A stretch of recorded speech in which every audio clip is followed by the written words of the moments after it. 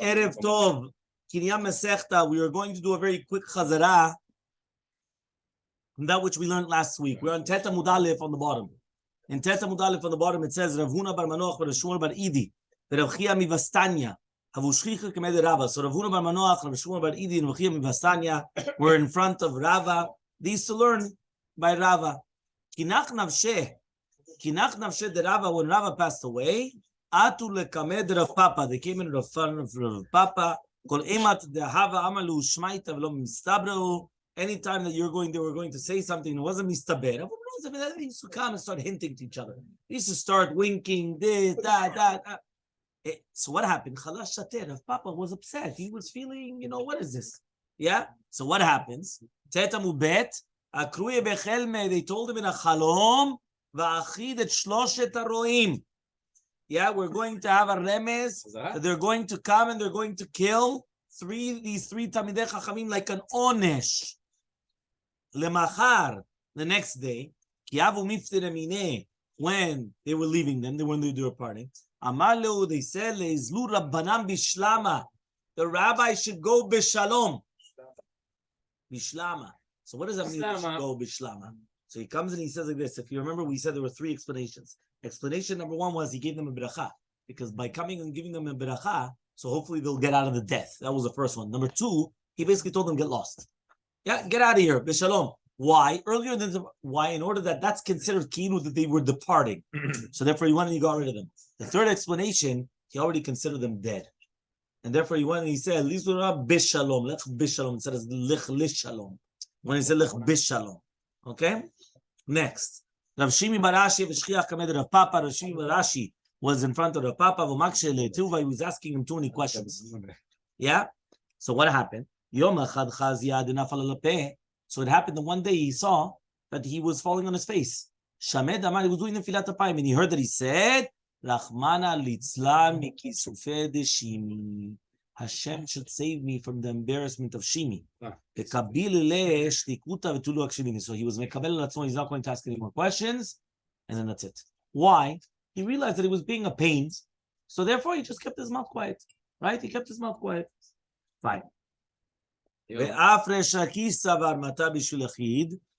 even now we're going back to the concept of matar is going to come for a yachid.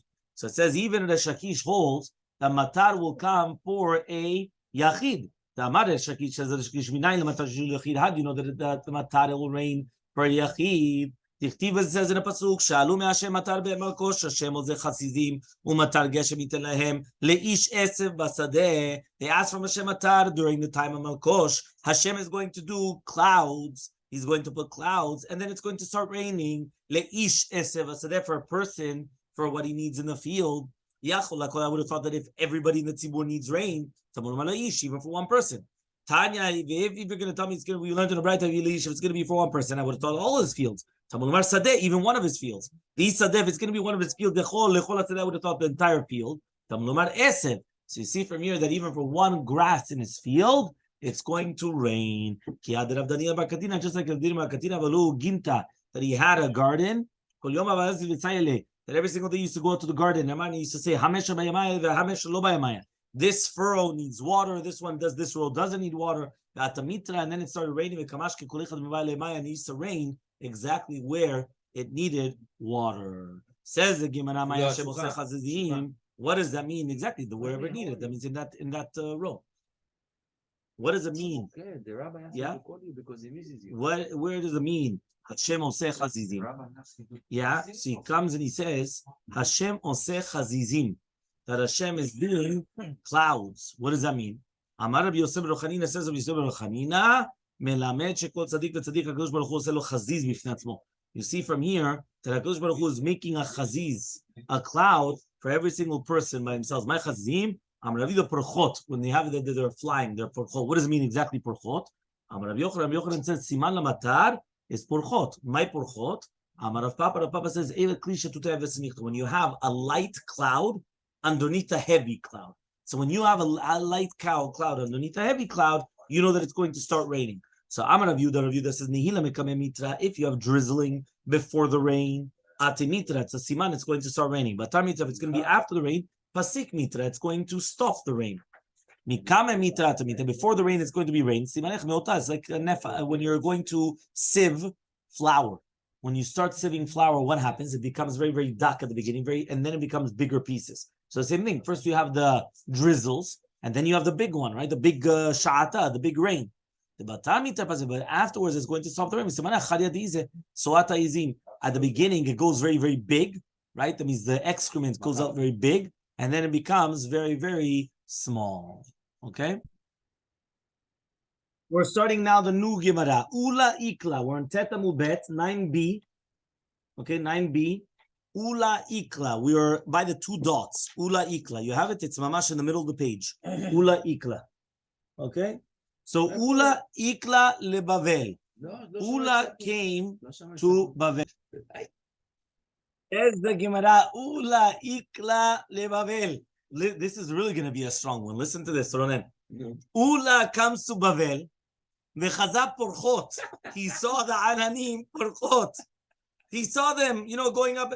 Amaleu, he tells them, Panu mane, everyone, bring everything inside. The hashtag, it's going to rain. Lesopla timitra, it didn't rain. Amar, he says, Ki hechad meshakre bavale. Just like these Babylonians are liars. Hache meshakre mitraihu.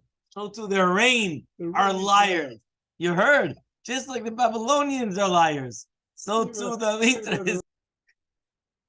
Next one says, Ula ikla Bavel. Again, the same thing. Ula gets to Bavel.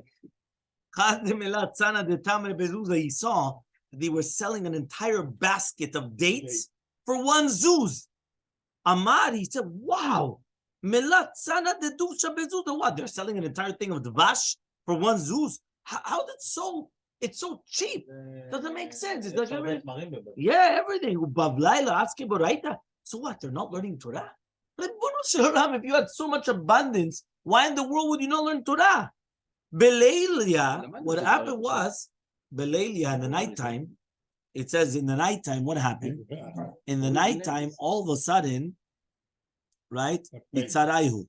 All of a sudden in the nighttime, this is also Gemara Psachim. Yeah, so he says, Belayla tzaruhu. So in the nighttime, all of a sudden he was in the washroom the entire time. Yeah, he had to relieve himself the entire time. So Amar, he said, Melot sana de sakina bezuza. You see these Babylonians, they only have the sakinim, that's what we took before. They only have the knives in a zuz. Well, you think this was something, dates with honey? You think they're giving you honey? They're giving you knives. That's what they're giving you. Ubablai asked him right the opposite. And they're still learning some Torah. Meaning, look, if they're already getting beaten by the knives and they're still learning Torah, obviously, at least it's something good, obviously. Because why? Because mistama, they're eating them so bad, they're eating them so much, and then they're always in the washrooms. So therefore, right, that's what's happening. Okay? We're going to do one little more piece. Okay? Everyone's with me? Tanya, we learned in a Braita. Rabbi Eliezer Omer, Kol HaOlam, Mata no se? Chazara? So we'll stop here. Kol HaOlam Kulo, Mimimei Kianu Sushote. The entire world is drinking from the Atlantic Ocean. Shneimar, it says in the pasuk, Vedi ale minar zishka kopene adama. Right? It says in the pasuk. What does that mean? That the ananim, they drink from the waters of the land. They go up to the firmament, and then they go. Right? So basically, you have the entire concept, right, of the waters. Amalo, Rabbi Yoshua says, Rabbi Yoshua, but they're salty waters. How could it be? Amalo, it says, mitmatekin be'avim. They become sweet in the clouds. That's what happens. They become sweet in the clouds. Meaning in the bottom, you're right, they're salty. But when they come up, they become sweet in the clouds. And that's yeah, 100%. And that's where they're able to come and purify.